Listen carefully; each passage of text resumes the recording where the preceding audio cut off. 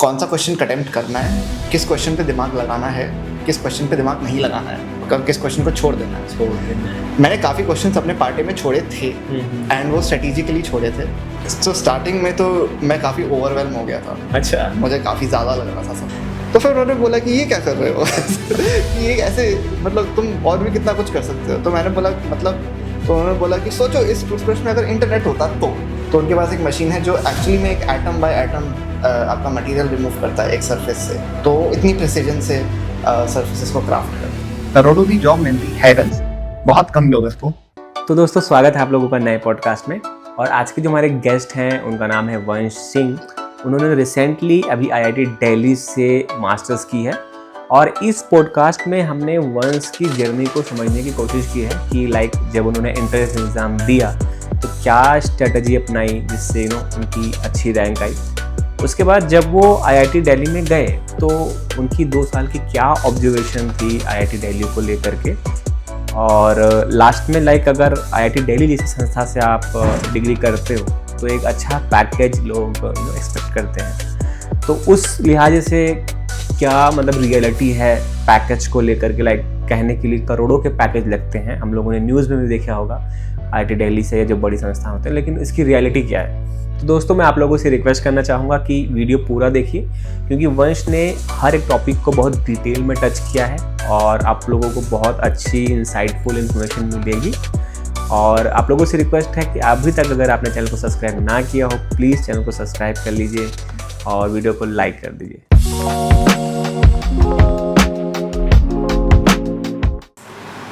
तो वंश फिर से आपका स्वागत है। Thank you Sandeep. तो वंश मैं सबसे पहले जानना चाहूंगा कि आखिर जब मैं और आप साथ में जॉब कर रहे थे और आपने जब ये डिसीजन लिया था कि मैं आईआईटी दिल्ली जा रहा हूँ, तो मुझे भी एक बात के लिए लगा था क्योंकि आपके पास सेटल जॉब थी, आपके जो डायरेक्टर्स थे उनसे अच्छी बनती थी, अच्छा खासा पैकेज था, मतलब सब कुछ सेट था। तो मेरा मतलब पर्सनली मेरा मानना था कि काम करो, एक्सपीरियंस लो और आगे बढ़ते रहो। बट उस टाइम पे आपने तुरंत डिसीजन लिया कि नहीं मुझे मास्टर्स के लिए जाना है। तो वो थोड़ा सा जानना था कि आखिर वो डिसीजन आपने क्यों लिया और क्या उसके पीछे का। सो उस टाइम मेरी जॉब अच्छी थी एंड पे भी डिसेंट था और काम भी काफ़ी इंजॉयबल था, मैं इंजॉय करता था एंड मुझे अपनी टीम भी पसंद थी एंड सीनियर्स भी काफ़ी अच्छे थे, गाइडेंस भी थी। बट उस टाइम एक पॉइंट ऐसा आने लग गया कि मैं काफ़ी रेपिटेटिव काम करने लग गया था एंड मेरा मन था कि मैं कुछ और प्रोडक्ट्स भी डिज़ाइन करूँ, डेवलप करवाऊँ। तो मैं कुछ आइडियाज पिच करता था अपने हायर मैनेजमेंट को एंड सो उनका बिकॉज एक अपना ही प्रोडक्ट पोर्टफोलियो है। सो एक ऑब्वियसली एक पर्सन के पास थोड़ी हेजिटेंसी होती है नए प्रोडक्ट्स एक्सप्लोर करने में बिकॉज वो अपने करंट पोर्टफोलियो पे स्टिक करना चाहते हैं और उसी को डेवलप करना चाहते हैं बिकॉज उनका ब्रांड वैल्यू उसी से एसोसिएटेड है एंड वो मैं समझता हूँ। बट पर्सनली मुझे और नए टाइप्स के प्रोडक्ट्स डिज़ाइन करने थे, एक तो वो था और ऊपर से मुझे और इंडस्ट्रीज़ के बारे में जानना था और मुझे लग रहा था कि हो सकता है मेरा पोटेंशियल यहाँ पे पूरी तरह एक्सप्लोर नहीं हो पा रहा है। सो इसीलिए मैंने सोचा कि मैं मास्टर्स के लिए अप्लाई करता हूँ एंड उस टाइम मुझे ये श्योर नहीं था कि मैं इसी इंडस्ट्रियल डिज़ाइन में कंटिन्यू करना चाहता हूँ या नहीं। बट मुझे ये पता था कि मुझे एक एकेडमिक सेटिंग में जाने की ज़रूरत है वापस, क्योंकि एक तो मुझे नए पर्सपेक्टिव्स की ज़रूरत थी, मुझे थोड़े नए लोगों से मिलने की ज़रूरत थी, अपना नेटवर्क एक्सपैंड करने की ज़रूरत थी और बेसिकली एक ऐसे इन्वायरमेंट में जाना था मुझे जहाँ पे मुझे ऐसा लगे कि मैं अपने से ज़्यादा स्मार्ट लोगों के साथ हूँ। और बिकॉज ये मैंने एक जगह कहीं सुना है कि अगर आप एक रूम में हो और आपको लगता है कि वहाँ पे सब लोग आपसे ज़्यादा स्मार्ट हैं तो आप सही रूम में हो। तो मुझे वैसे किसी रूम या फिर किसी इंस्टीट्यूशन में जाना था, तो इसीलिए मैंने डिसाइड किया कि मैं मास्टर्स करूंगा एंड उस टाइम मुझे पता नहीं था कि मैं आईआईटी जाऊंगा, एनआईटी जाऊंगा, आईआईएससी जाऊंगा। उस टाइम मुझे ये था कि मुझे हायर एजुकेशन परस्यू करनी है एंड मेरा पर्पस काफी सेट था। तो इसीलिए वो मैंने डिसीजन लिया और फिर मैंने अपना प्रिपरेशन स्टार्ट किया सीट के लिए। जब आप प्रिपरेशन कर रहे थे तो आपकी क्या स्ट्रेटेजी थी? आप मतलब कहाँ से पढ़ते थे और रिसोर्सेज आपको कहाँ से मिलते थे बेहतर तैयारी करने के लिए? क्योंकि मैं बताऊं क्वेश्चन वो बिल्कुल फ्रेश होते थे, मतलब ऐसा नहीं कि वो कहीं अवेलेबल है वहां जाके मैं देख लूं, पढ़ लूं, प्रैक्टिस कर लूं। वो एक नया पर्सपेक्टिव ही होता था। तो उसको डेवलप करने के लिए आपने प्रिपरेशन कहाँ से या कैसे आपने रखी और तैयारी कैसे की? जैसे कि मेरा टास्क है कि मुझे एक पहाड़ चढ़ना है, तो अब मुझे ये नहीं पता कि उस पहाड़ पे कौन सा पत्थर कहाँ है और मैं कहाँ पे अपना एक मैप बना के जाऊं, मैं वो नहीं कर सकता। बिल्कुल सही। बट उसको टैकल करने के लिए क्योंकि वो अनप्रेडिक्टेबल भी है, तो उसको टैकल करने के लिए रादर देन कि मैं ये समझूं कि वो पहाड़ का शेप कैसा है, मैं अपने आप को ऐसे स्किल्स डेवलप कर सकता हूँ अपने अंदर कि मैं उस अनसर्टेनिटी को हैंडल कर पाऊँ जब वो आए। तो मैंने अपना बैचलर्स भी डिज़ाइन में किया था एंड फिर मेरा 2 साल एक्सपीरियंस भी डिज़ाइन इंडस्ट्री में था। तो आई वुड से कि मेरा design topic and design as a discipline के साथ फेमिलियरिटी थी एंड उसके अलग अलग फैसेट्स के उसमें किस टाइप की स्किल्स की ज़रूरत होती है, एक एंट्री लेवल जॉब वर्सेस एक सीनियर लेवल जॉब में स्किल्स की डिफरेंस क्या है, उन सब का मुझे थोड़ा आइडिया था। एंड एक पेपर को कैसे अटेम्प्ट करना है, सॉल्व करना है, उसका भी थोड़ा आइडिया बन चुका था क्योंकि मैंने अपने बैचलर्स के लिए भी प्रिपेयर किया था। तो जब बात आती है रिसोर्सेज की, तो फिर मैंने तो खाली पास्ट ईयर्स पेपर पे रिलाई किया था। अच्छा। बिकॉज मुझे डिजाइन का वो बैक हैंड नॉलेज था। काफी लोगों को मैं ऐसा जानता हूँ जो कोचिंग क्लासेस भी लेते हैं एंड अगर वो थोड़ा इसके लाइक इंट्रोड्यूस हो रहे हैं डिजाइन से, तो उनके लिए वो हेल्पफुल भी हो सकता है क्योंकि एक्सपीरियंस लोगों से उनको सीखने को मिल रहा है, तो वो थोड़ा उस हिसाब से थोड़ा बेटर प्रिपेयर्ड होंगे उस पेपर को टैकल करने के लिए। बट मुझे थोड़ी फेमिलियरिटी थी, तो इसीलिए मुझे लगा कि मुझे कोचिंग जाने की जरूरत नहीं है, तो फिर वो मैंने सेल्फ इनिशिएटेड ही किया। मैं पास्ट ईयर्स के पेपर सॉल्व करता था एंड टाइमर के साथ करता था बिकॉज एंड वो काफी इंपॉर्टेंट था एंड मैं सजेस्ट करूंगा कि चाहे कोई कोचिंग जा रहा है या नहीं जा रहा है, टाइमर के साथ पेपर प्रैक्टिस करें because and the and time आपका एनिमी भी है और फ्रेंड भी है जब आप पेपर अटेम्प्ट कर रहे हो। बिल्कुल सही बात है। तो आपको टाइम से लड़ना नहीं है, आपको टाइम के साथ दोस्ती करनी है कि अगर आपके पास 3 घंटे हैं पेपर अटेम्प्ट करने के लिए और आपके पास 2 पार्ट्स हैं, सो सीड में पार्ट ए होता है, पार्ट बी होता है। पार्ट ए आपका एमसीक्यू एमएसक्यू टाइप क्वेश्चंस होते हैं एंड उसमें यूजुअली ऐसा होता है कि सही आंसर है एक या फिर एक बंच ऑफ करेक्ट आंसर्स है, बट पार्ट बी सब्जेक्टिव है पूरा। अच्छा। तो पार्ट बी में थोड़े चैलेंज या फिर चैलेंजिंग या फिर क्रिएटिव क्वेश्चंस ज्यादा आते हैं जिसमें टाइम ज्यादा लगे। हाँ, तो उसमें आप एक ट्रैप में, दोनों में ही एक्चुअली एक ट्रैप में फंस सकते हो कि पार्ट ए में अगर मेरे पास कोई क्वेश्चन आ गया और मुझे लगता है कि मैं ये सॉल्व कर सकता हूँ अगर मैं इस पर थोड़ा ज्यादा टाइम लगा दूं तो, पर हो सकता है कि उस क्वेश्चन के जो मार्क्स हैं और वर्सेस जितना आप टाइम उस पर लगा रहे हो वो बैलेंस ना हो। और तो इसलिए पेपर करते टाइम आपको ये भी जानना इंपॉर्टेंट है कि कौन सा क्वेश्चन अटेम्प्ट करना है, किस क्वेश्चन पे दिमाग लगाना है, किस क्वेश्चन पे दिमाग नहीं लगाना है और किस क्वेश्चन को छोड़ देना है।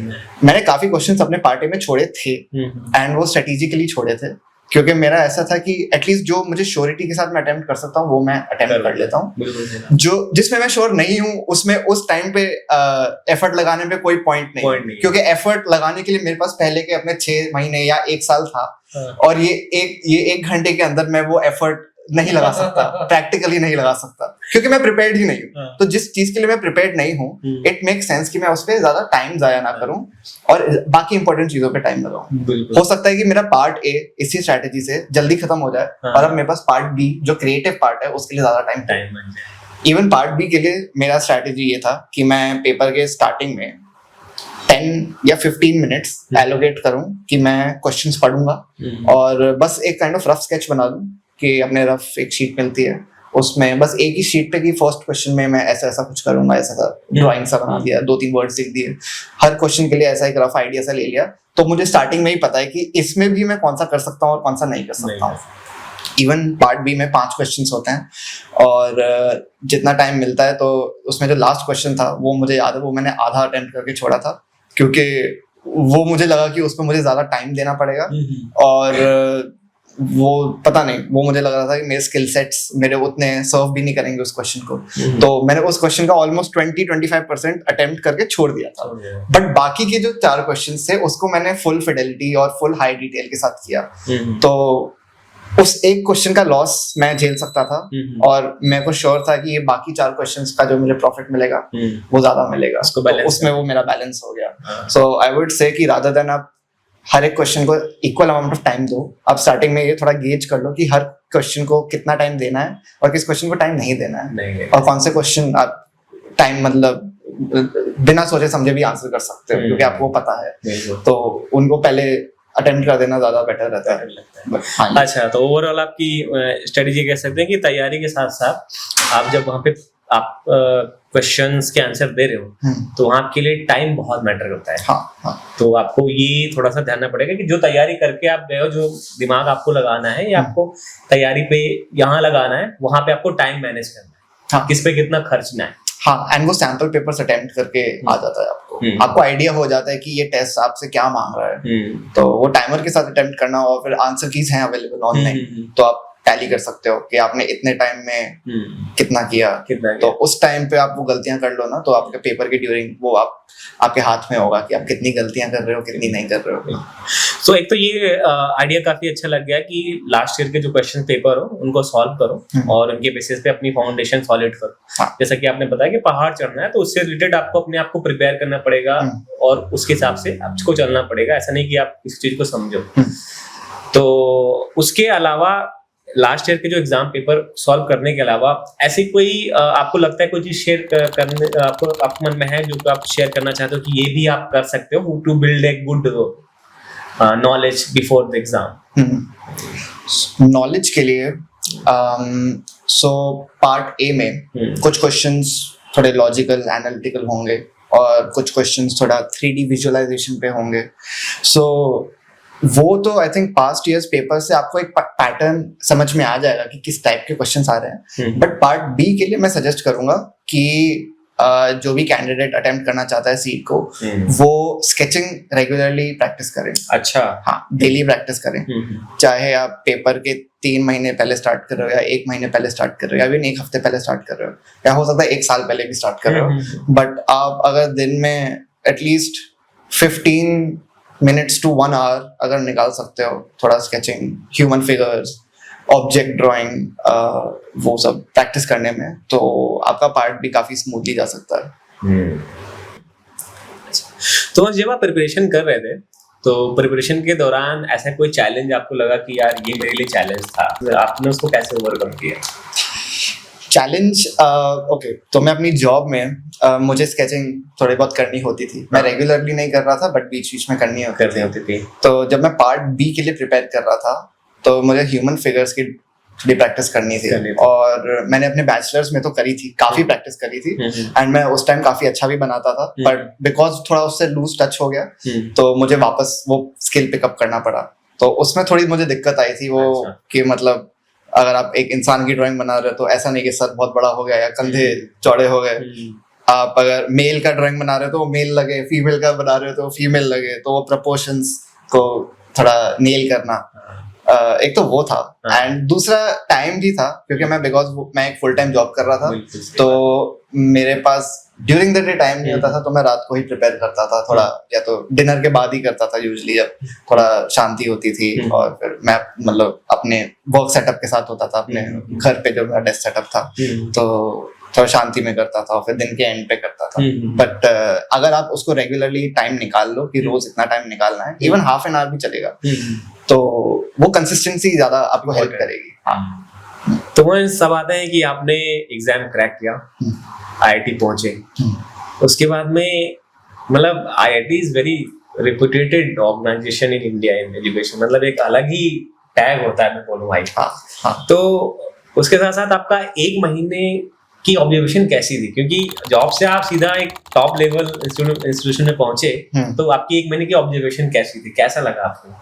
तो स्टार्टिंग में तो मैं काफी ओवरवेल्म हो गया था। अच्छा। मुझे काफी ज्यादा लग रहा था सब कुछ। अच्छा। हाँ, हमारा 3 दिन का ओरिएंटेशन था। अच्छा। और उसमें बहुत ज्यादा इन्फॉर्मेशन था। लिखने के लिए भी और दिमाग में रखने के लिए भी। Oh my God. कि मतलब ये डिपार्टमेंट्स हैं, ये पॉइंट ऑफ कॉन्टैक्ट्स हैं, किसी की अगर इसके लिए हेल्प चाहिए तो इनको कांटेक्ट करो, लाइब्रेरी के अपने सिस्टम्स हैं, डिपार्टमेंट के अपने हैं, ऐसे करके वो था। एंड फिर क्लासेस इटसेल्फ उतनी हेक्टिक नहीं होती थी, टाइम टेबल उतना हेक्टिक नहीं होता था, पर जो उनके डिलीवरेबल्स होते थे वो, बिकॉज हम सब ही, हमारा पूरा बैच एक ऐसे एनवायरनमेंट में सब लोग पहली बार आ रहे थे। सब लोग काफी अच्छे कॉलेजेस से भी आ रहे थे, बट बिकॉज IIT का थोड़ा एनवायरनमेंट अलग होता है, एक्सपेक्टेशन अलग होती है स्टूडेंट से। सो बट हाँ, ये पहले महीने में मुझे याद है कि जब मेरा दिमाग खुला था वो मुझे मोमेंट याद है। तो उसमें क्या हुआ था कि हमारी एक क्लास थी एंड हमारे प्रोफेसर थे, तो उनका अपना ही पढ़ाने का स्टाइल था। तो उन्होंने हमें एक क्लास में बोला था कि आप जिस भी डोमेन को बिलोंग करते हो, चाहे इंडस्ट्रियल डिजाइन हो या कम्युनिकेशन हो या एनिमेशन हो, कुछ भी हो, UI UX हो, तो उन्होंने हमें एक ऑब्जेक्ट दिया था, टूथब्रश। अच्छा। तो उन्होंने बोला कि आप अपने डोमेन के हिसाब से इसमें कुछ डिजाइन को झोंको, कि मतलब अगर आप इंडस्ट्रियल डिजाइन करते हो तो इसको इंडस्ट्रियल डिजाइन यूज करके इसको बेटर बनाओ, एनिमेशन करते हो तो टूथब्रश के अराउंड कुछ एनिमेशन बनाओ, हो सकता है कि वो एडवर्टाइजमेंट हो या फिर कोई सोशल मैसेज हो, कुछ भी हो। और अगर UI UX है तो फिर आप उसके इंटरेक्शन, जिससे आप टूथब्रश से इंटरेक्ट कर रहे हो, उस पर कुछ कर सकते हो, जो भी हो। तो उन्होंने हमको ऐसा छोड़ दिया था कि आप करो। तो फिर मैं इंडस्ट्रियल डिजाइन बैकग्राउंड से आ रहा था, तो मैं टूथब्रश के स्केचेस बना रहा था। एंड हमारा as industrial designers first thinking process ये होता है कि अच्छा इसके टच पॉइंट्स क्या है, मैं इसको पकड़ कैसे रहा हूँ, कंफर्टेबल टू यूज है कि नहीं, ब्रिसल्स का शेप कि मैं बेटर क्लीन कर पा रहा हूँ दांतों को कि नहीं। तो मैं ये सब सोच रहा था, स्केच बना रहा था। और फिर मेरे प्रोफेसर आए और उन्होंने मुझसे पूछा कि मैं क्या कर रहा हूँ। तो मैंने उनको बताया कि हैंडल का डिजाइन, एर्गोनॉमिक्स, मटेरियल्स ये सब। तो फिर उन्होंने बोला कि ये क्या कर रहे हो कि ये ऐसे, मतलब तुम और भी कितना कुछ कर सकते हो। तो मैंने बोला कि मतलब, तो उन्होंने बोला कि सोचो इस टूथब्रश में अगर इंटरनेट होता तो मैंने बोला इंटरनेट वो क्या, मतलब इसका लॉजिक क्या है। तो फिर मतलब इलेक्ट्रिक टूथब्रश तो होते ही हैं। तो उन्होंने बोला कि अब सोचो कि ये टूथब्रश के अंदर कुछ ऐसा सेंसर हो कि आप इसको ब्रश कर रहे हो और ब्रश करने के बाद ये आपका दांत की हेल्थ बताए कि ब्रश करने से पहले आपके दांत इतने साफ थे और अब इतने साफ है। तो आप उससे काइंड ऑफ आप डेली हैबिट ट्रैक कर सकते हो या फिर जो भी हो। बेसिकली आपका माउथ के हेल्थ से उन्होंने रिलेट कर दिया था टूथब्रश को, रादर देन कि मैं बस दांत साफ कर रहा हूँ। हाँ। तो उस टाइम मैंने सोचा कि ये कैसे होगा। तो उन्होंने बोला कि सोचो तो सही।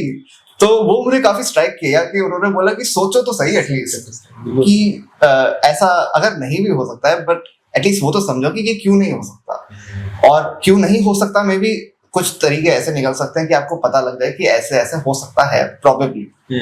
तो आपको एक स्पेस मिल जाता है कि आप वो एक्सप्लोर कर पाओ, थोड़ा अपनी थिंकिंग को एक्सपैंड कर पाओ। एंड फिर मुझे रियलाइज हुआ कि मैं काफी इवन तो डिजाइन में ओपन माइंडेड थिंकिंग को हम ऐसा अपने बारे में डिस्प्ले करते हैं कि हम ओपन माइंडेड हैं और अलग अलग रिसोर्सेज से इंस्पिरेशन लेके कुछ नया बनाते हैं। बट स्टिल उस टाइम मुझे रियलाइज हुआ कि मैं काफी क्लोज माइंडेड था अपने अप्रोच को लेके, अपनी नॉलेज को लेके। एंड जो मुझे आता था मुझे उसको अभी पकड़ के नहीं रखना है, उसको थोड़ा जाने देना है और रेडी रहना है कि अब मैं नई चीजें सीखने वाला हूँ।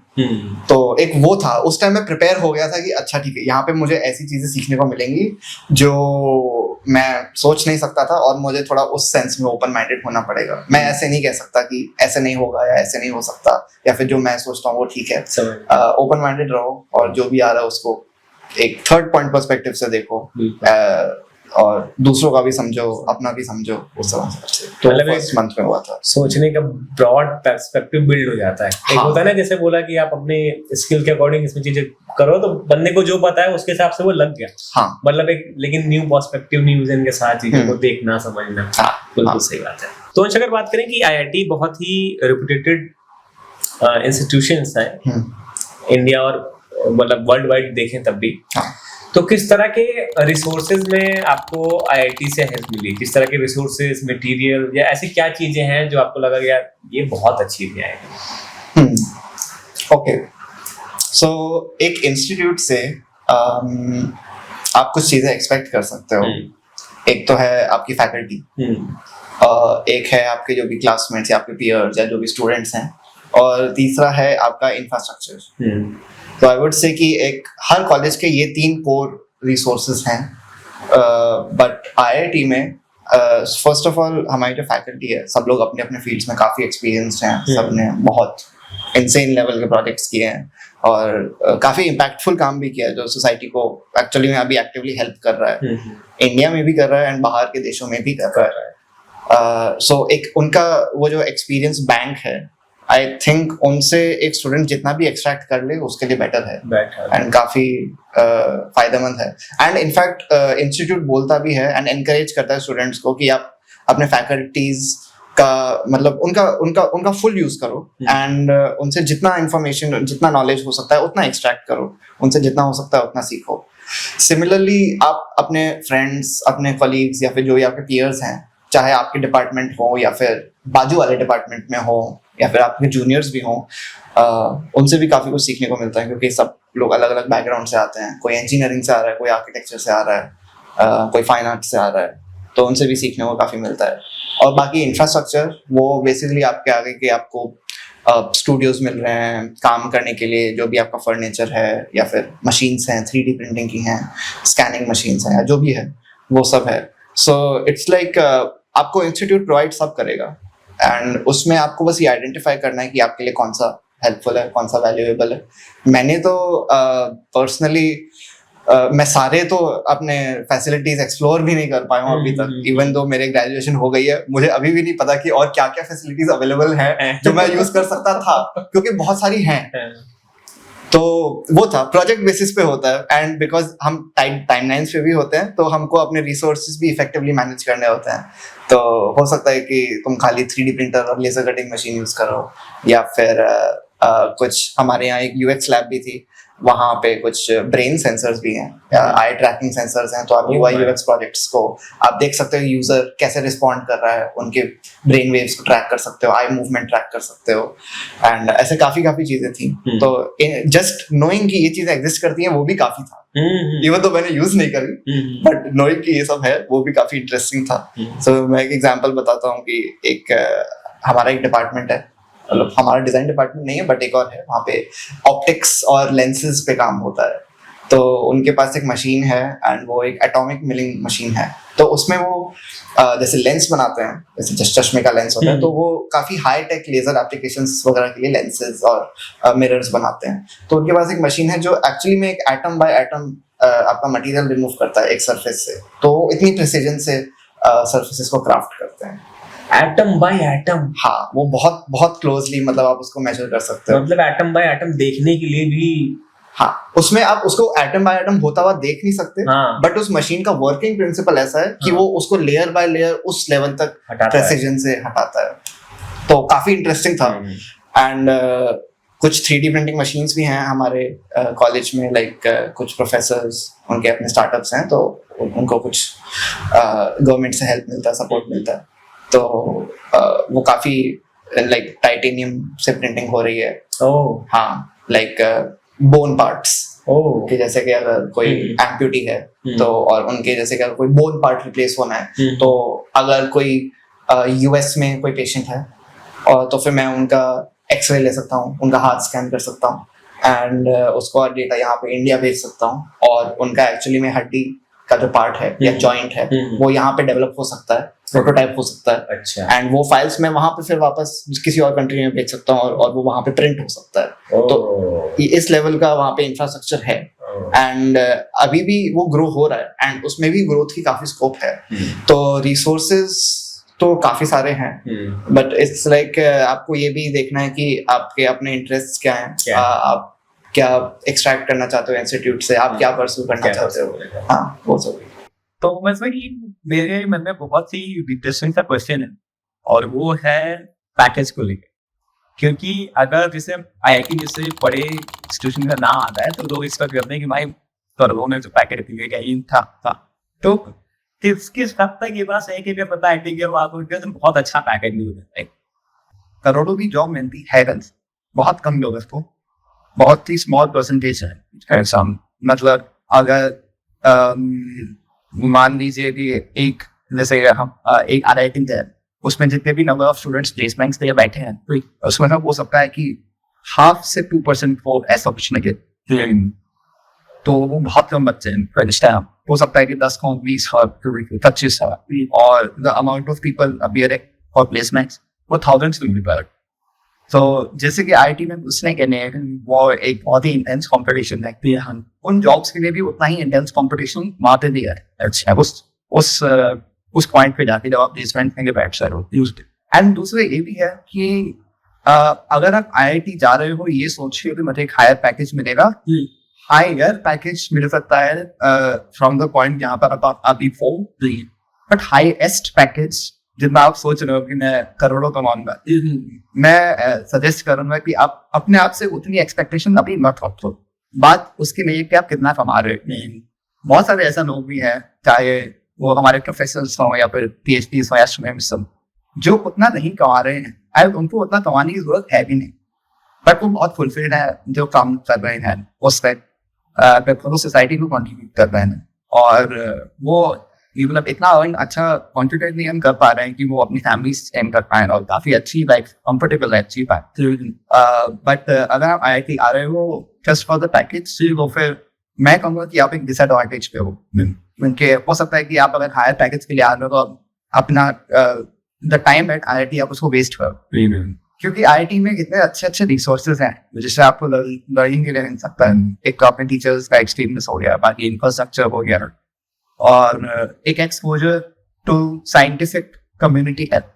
और साइंटिफिक कम्युनिटी एक ऐसी कम्युनिटी है जिसके बेसिस पे आज की हमारी पूरी दुनिया खड़ी हुई है। जब अगर इंस्टीट्यूशंस में रिसर्च नहीं होगी तो हमारे पास टेक्नोलॉजी नहीं होगी। और काफी बार ऐसा भी होता है कि जैसे कि मैं एग्जाम्पल देता हूँ, जैसे 4G टच स्क्रीन, इसके ऊपर जो रिसर्च है कि एक स्क्रीन के ऊपर मैं टच कर पाऊँ, इसकी रिसर्च ऑलमोस्ट आप मान लीजिए 70s या 80s में स्टार्ट हो गई थी। तो आप सोचो कि उस टाइप की रिसर्च हुई थी, और अब जाके 20, 30, 40 साल बाद टच स्क्रीन इस पॉइंट पे पहुंचे ना कि इतना स्कोर हाई, तो आप एक ऐसे टेक्नोलॉजी का भी पार्ट हो सकते हो जो हो सकता है 20 साल बाद हर किसी के हाथ में, और वो आपको हो सकता है कि करोड़ों वाले पैकेज में ना मिले, क्योंकि आपके पास एक अपॉर्चुनिटी है कि हम खुद को कुछ लगाओ, ठीक है, एंड वो भी इक्वली वैल्यूएबल।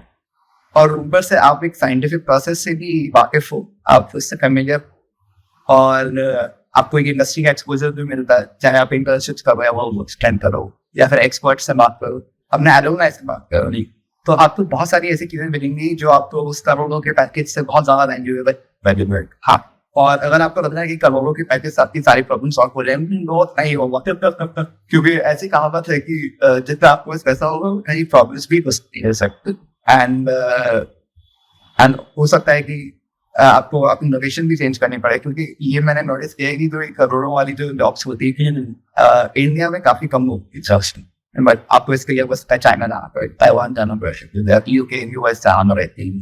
तो अगर आप रेडी हैं रिलोकेट करने के लिए, एंड आपकी कंपनी भी सपोर्ट करेगी आपको रिलोकेशन करने, अगर आपको ऐसे करोड़ों का पैकेज दे रही है तो ऑब्वियसली आपको सपोर्ट करेगी। तो वो सभी डिसीजंस हैं जो आपको लेने हैं। तो आप एक बार ये आइडेंटिफाई कर लो कि आप क्या चाहते हो IIT से, आप क्या लेने आए हो, एंड मैं सजेस्ट करूँगा कि आप जितना हम उसके नॉलेज भी एंड उस नॉलेज को आपको जैसे भी फाइनेंशियली कन्वर्ट करना है, अपने प्रोजेक्ट्स में कन्वर्ट करना है, प्रोडक्ट्स में कन्वर्ट करना है, वो आप 2 साल की ड्यूरिंग सीखोगे और 2 साल के बाद भी सीख सकते हो काफी। तो अपने IIT के एक्सपीरियंस को पैसों से बांध के मत रखो, उसको दर्दी से बांधो तो आप ज्यादा आगे रहोगे। मैं ये बोल रहा तो से बाकी सारी चीजें काफी कवर हो चुकी हैं। मैं ये जानना चाहूँगा फॉर द व्यूअर पर्सपेक्टिव कि अगर कोई स्टूडेंट प्रिपेयर करने की सोच रहा है, हालांकि हमने आगे डिस्कस करके आए, आप उसको क्या एडवाइस देना चाहोगे? आप उसको क्या एक रोड मैप बोल दो या स्टेप्स बोल दो देना चाहोगे कि वो फॉलो करे तो उसके लिए काफ़ी ईजी होगा और उसके चांसेस बढ़ जाएंगे? अच्छा, पहले तो मैं किसी को रोड मैप नहीं देना चाहूँगा अगर आपका नहीं हुआ तो फिर मैं उसका रिस्पॉन्सिबिलिटी नहीं लेना चाहता। बिल्कुल सही बात है। एंड मुझे नहीं लगता कि आपको वो रिस्पॉन्सिबिलिटी किसी को देनी भी चाहिए। बिल्कुल सही बात है। आप किसी के, अब अगर हो सकता है कि किसी एक्सपर्ट ने आपको रोड मैप दिया भी, बट ये भी पॉसिबिलिटी है कि वो रोड मैप आपके लिए काम ना करे। मतलब आपकी सिचुएशन, आपका सिनेरियो कुछ अलग है। हाँ, एग्जैक्टली। तो जो दवाई मेरे लिए काम करेगी हो सकता है कि आपके लिए काम ना करे। तो बाकी मतलब ओवरऑल मैं बस ये बोल सकता हूँ कि आप, जैसे मैंने पहले बोला था कि एक तो कंसिस्टेंसी, अच्छा, और प्रैक्टिस और थोड़ा डिटर्मिनेशन भी हो, और अपने आप को थोड़ा डाउन फील मत करना कि नहीं होगा ऐसा। तो आप बस थोड़ा बिलीव करके चलो कि हो सकता है, क्योंकि होता है लोगों का, काफी टैलेंटेड लोगों का होता है, और अगर आप में टैलेंट है तो आपका होगा, और अगर नहीं हुआ तो भी ठीक है, आपके लिए हो सकता है अगले साल हो जाए या उसके बाद हो जाए, अगर आप इंटरेस्टेड हो। और अगर वो भी ना हो तो फिर आप बाकी एरियाज ऑफ लाइफ में भी एक्सेल कर सकते हो, उसमें कोई डाउट नहीं है, बिल्कुल भी नहीं है। बिल्कुल सही। हाँ, आप वहाँ गए, 2 साल आपने लगाए, उसके बाद आप निकले वहाँ से, तो ऐसा कुछ आपको था कि परसेप्शन वर्सेस रियलिटी में कुछ आपको डिफरेंस लगा कि मैं पहले ये सोचता था कि ऐसी चीज़ें हो, मतलब मैं सोचता था बट वहाँ पे चीज़ें ऐसी नहीं थी, वहाँ पे चीज़ें ऐसी थी, और आपका एक ओवरऑल एक्सपीरियंस कैसा रहा 2 सालों का? ओके, सो आई वुड से कि जो मेरा सबसे बड़ा टेक अवे था इन 2 सालों से, मैं कहूँगा कि वो होगा एक respect for the process, the scientific process. तो ये आई थिंक इसके लिए ये एक अच्छा पॉइंट है हाईलाइट करने के लिए कि एक्चुअली में डिज़ाइन क्या है और डिज़ाइन के बैकग्राउंड क्या है। सो अगर आप देखें कि डिज़ाइन के रूट्स कहाँ से आते हैं, तो जब हम इंडस्ट्रियल रेवोल्यूशन देखते हैं, जब पिछली सेंचुरी के थोड़े अर्ली ईयर्स में हो रहा था, तो फिर डिज़ाइन का पर्पस था कि वो प्रोडक्ट्स को एस्थेटिकली इम्प्रूव करे, वो प्रोडक्ट्स हो या फिर ग्राफिक्स हो, जो भी हो, कि वो बेसिकली आपका टेक्नोलॉजी को ह्यूमनिस्टिक बनाए, और उसमें आपका डेकोरेशन हो सकता है या फिर मटेरियल्स हो सकते हैं कि वो ऐसा वैसे पहले ज़माने में लकड़ी के वो ऐसा वो रिकॉर्ड प्लेयर्स होते थे, या फिर थोड़ी ऑर्नामेंटेड चेयर्स होती थी, बहुत ज़्यादा इंट्रिकेट डिज़ाइंस होते थे, तो वो बेसिकली वैल्यू बढ़ा रहे हैं उसका। तो जब ऑलमोस्ट 50s या 60s में यूरोप में जर्मन और स्विस डिज़ाइनर्स, उन्होंने डिज़ाइन को थोड़े अलग पर्सपेक्टिव से देखना स्टार्ट किया, एंड उस टाइम इस आइडिया के साथ एक्सपेरिमेंट हो रहा था कि डिज़ाइन एक साइंटिफिक प्रोसेस है। तो इट्स नॉट जस्ट कि मैं किसी चीज़ को ब्यूटीफुल बना रहा हूँ, बट मैं समझ रहा हूँ कि एक इंसान का परसेप्शन कैसे काम करता है, कि वो चीज़ों को कैसे देखता है, समझता है, यूज़ करता है, उस पैरामीटर से लेके मैं चीज़ें डिज़ाइन कर रहा हूँ। तो उस टाइम थोड़ा मिनिमलिज्म आया, सिंप्लिसिटी आई, कि हमें ज़रूरी नहीं है कि कुर्सियों पे एक एक डिटेल हो, एक एक छोटा छोटा फूल बना हो, उस सब की ज़रूरत नहीं है। एक सीधा मेटल का रॉड भी हो सकता है, एक फ्लैट सरफेस हो सकता है, क्लीन हो सकता है। तो उस टाइम थोड़ा मॉडर्न डिज़ाइन आने लग गया। तो ये जो शिफ्ट था, ये बेसिकली था कि हम डिज़ाइन को एक साइंटिफिक पर्सपेक्टिव से देख रहे हैं, एंड साइंटिफिक पर्सपेक्टिव बेसिकली आपका हो गया कि मैं एक मेथड यूज़ कर रहा हूँ अपना डेटा गैदर करने के लिए, चाहे वो मार्केट डेटा हो या फिर यूज़र डेटा हो। मैं समझ रहा हूँ कि कंटेक्स्ट क्या है, उसको वेरीफाई कर रहा हूँ, टेस्ट कर रहा हूँ, रिजल्ट्स ले रहा हूँ, एंड जो भी रिजल्ट आ रहे हैं वो मेरे हाथ में तो नहीं है, बट उसका एक्नॉलेजमेंट कि कुछ नया निकला है, उस पर काम करना, वो एक बेटर डिज़ाइन बनाता है। तो आई वुड से कि IIT से पहले मैं चीज़ों को उस साइंटिफिक पर्सपेक्टिव से नहीं देखता था, बट अब मैं उस पर्सपेक्टिव से देखने लग गया हूँ, तो मुझे काफ़ी हेल्प मिली है कि मैं चीज़ों को थोड़ा ब्रॉडर पर्सपेक्टिव से देख सकता हूँ। सो फॉर एग्जांपल, जैसे मैं पहले टॉयज़ डिज़ाइन करता था, तो मेरे कंसिडरेशंस क्या होते थे कि उसका शेप कैसा होगा, मटेरियल क्या होगा, जो मेरा एंड यूज़र है उसको यूज़ कैसे करेगा।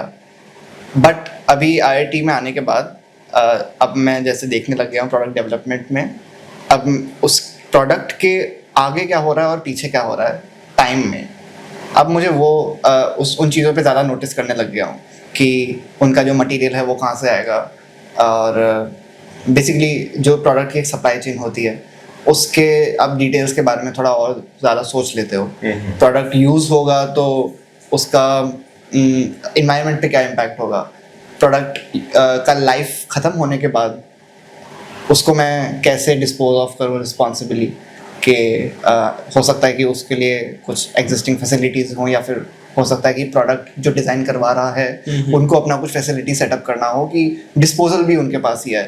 तो आप प्रोडक्ट को rather than just a product देखो, आप प्रोडक्ट को ऐसे देखते हो कि वो एक लार्जर सिस्टम का पार्ट है, और वो ये जो सिस्टम है ये इकोनॉमिक सिस्टम भी है, सोशल सिस्टम भी है। तो ये प्रोडक्ट कि आप ऐसे इमेजिन करो जैसे प्रोडक्ट सेंटर में है और उसके ये धागे अलग अलग चीज़ों से कनेक्टेड हैं, और इनको वैसे हम स्टेक होल्डर्स बोलते हैं कि एक तो हमारे यूज़र्स हो गए, और फिर हो गया कि जो हमारे यूज़र्स के आसपास लोग हैं हो सकता है वो भी किसी प्रोडक्ट को यूज़ करें, एंड फिर हमारे बाकी स्टेक होल्डर्स हो गए जैसे गवर्नमेंट एजेंसीज़ हैं, या फिर NGOs हैं, या फिर मैन्युफैक्चरर्स हैं ऐसा। तो उनको तो वो जो कंसिडरेशंस हैं डिज़ाइन की वो ज़्यादा एक्सपैंड हुई हैं, एंड ऑल्सो उन कंसिडरेशंस में प्रायोरिटाइज करना कि कौन से वाले पे क्या करना है, उसको एक प्रोसेस के साथ करना, rather than अपने ओपिनियन से करना कि मुझे लगता है कि ये ठीक होगा तो बिल्कुल सही बात। वैसे तो उसको हम अगर हमारे पास मल्टीपल ऑप्शंस हैं तो हम उनको एवेल्युएट करते हैं, कंपेयर करते हैं अलग अलग पैरामीटर्स पे, पैरामीटर्स को रैंक करते हैं कि ये वाला पैरामीटर ज़्यादा इंपॉर्टेंट है, ये वाला कम है। तो वो जो प्रोसेस है चीज़ों को कंपेयर करना, चाहे वो आइडियाज़ को कंपेयर कर रहे हो या डेटा को कंपेयर कर रहे हो, बट बेसिकली ये डिसाइड करना कि किस डिसीजन के साथ हम आगे जाएंगे, उसको एक प्रोसेस में लाना। तो ये मैं आईआईटी की बात करने लग गया हूँ और ये मुझे आईआईटी से ही मिला है, बिकॉज साइंस में ये होता है। बिकॉज साइंस में ऐसा रहता है कि आप अपने पहले से आए हुए साइंटिस्ट के काम के ऊपर भी बिल्ड करते हो और अपना भी कुछ करते हो, बट इन दी एंड दोनों में एक सिमिलैरिटी वो भी है क्यूरियोसिटी की, कि आप साइंस में भी अगर आपका कोई क्वेश्चन है तो आप एक रिसर्च क्वेश्चन के साथ स्टार्ट करते हो। तो इवन डिज़ाइन में भी एक क्वेश्चन रहता है कि अब हम इसको बेटर यूजेबल बनाएं, इसको ज़्यादा सस्टेनेबल बनाएं, हम इसको यूज़र्स के लिए बेनिफिशियल बनाएं या फिर जो कंपनी है उसके लिए बेनिफिशियल बनाएं। तो ये अलग अलग पैरामीटर्स हैं, तो इनको कंपेयर करना इजी हो जाता है, इनको आइडेंटिफाई करना इजी हो जाता है। तो बाकी जो मेन क्वेश्चंस थे हम लोगों ने डिस्कस कर लिए, और अगर आपको मन में कोई क्वेश्चंस हैं या कुछ पूछना चाहते हैं आप कमेंट करिए, या स्पेशली कोई ऐसा टॉपिक है जिस पर आप लोग वीडियो चाहते हैं मेरे साथ और वंश के साथ में, आप लोग कमेंट करिए, हम लोग बिल्कुल ट्राई करेंगे। और बस लास्ट में वंश आपका thank you so much for giving your time and very insightful information. मुझे खुद पर्सनली काफ़ी सारी चीज़ें सीखने को मिली, और मिलते हैं नेक्स्ट वीडियो में। दोस्तों आप कुछ कहना चाहेंगे? प्लीज सब्सक्राइब दोस्तों प्लीज सब्सक्राइब कर दीजिए, सब्सक्राइब करें, प्लीज लाइक करें एंड शेयर करें। बहुत मोटिवेशन मिलती है। और मिलते हैं नेक्स्ट वीडियो में, बाय बाय।